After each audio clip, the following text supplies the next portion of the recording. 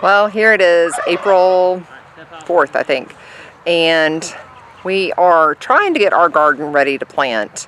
Our last frost date's usually, I usually say about April 20th. Last year it was later than that. It was the very end of April, and so we lost a lot because we had already planted after our so-called last frost date, but before we had a killing frost. Yeah. Anyway, this year we're going to plant a little bit later in the hopes of not encountering a frost, but we've decided that this year we're also going to try using some woven fabric to put down and block the weeds. We've done Back to Eden gardening for years now, really improved our soil, but unless we cover completely our garden, which is about 1/4 of an acre, with mulch every single year, it doesn't help.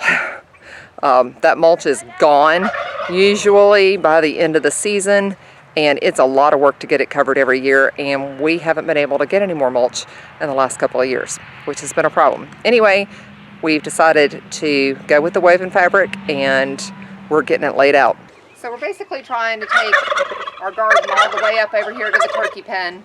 We might kind of even move the netting on top of the fabric just a little bit to really make sure we don't have any weeds growing up between the fabric and the netting. You can see that we cut it a little short back there where a net is, so we're going to have to take a little piece and fit that in there, I guess. But so far it's going great, and I'm looking forward to this gardening season for the first time in years.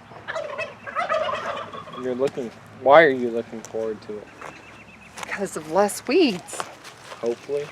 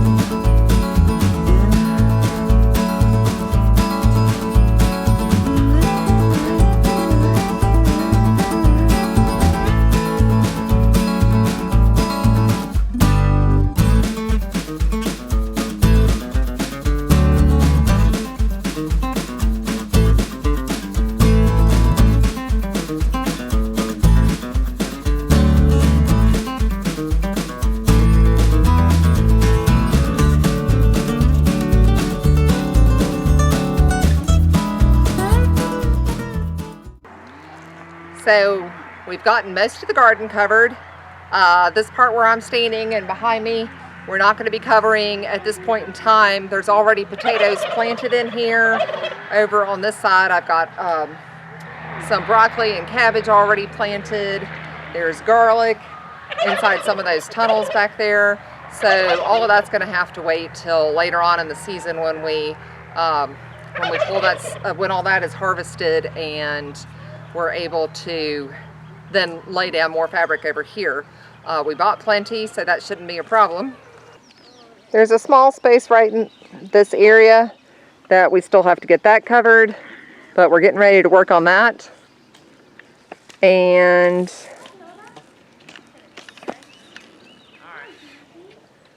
over there where you see those two white posts, that's where we have an apple tree, and the white posts are because of an herb that I have planted there.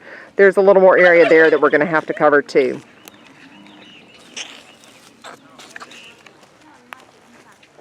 A couple of years ago, a friend made the suggestion that because we had already done so much work on this soil here, that we could really go ahead and start planting some orchard trees in this area and do our guilds around them and kind of make all of this into a forest garden. And we kind of started on that. That's why we have multiple apple trees planted in here. That's why you see these weird little spaces that we're having to cut around for. We're having to cut the fabric around because of the apple trees and the guilds that we have going there. I don't know if that was the right decision, but it was a decision that we made at the time, and we're not going to cut the apple trees down, and they're just getting started to be of fruit-bearing age.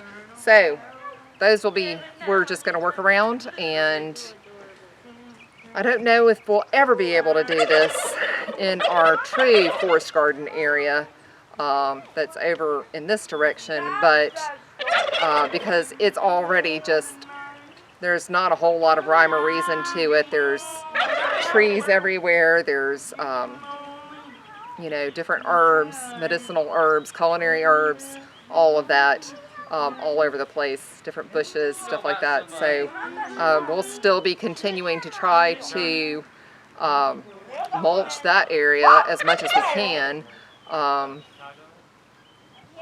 So I guess we're doing a mixture, but we're definitely going to give this a try this year using this weed barrier and see if we can do some really intense gardening, because our weeds have been so intense in the past. We have some weeds that come back every single year, and I just can't get rid of them. You know, we're out here multiple times a week weeding, and you know, I hear people say, you know, go give your garden 15, 20 minutes a day in weeding. Oh no, that wouldn't touch our garden.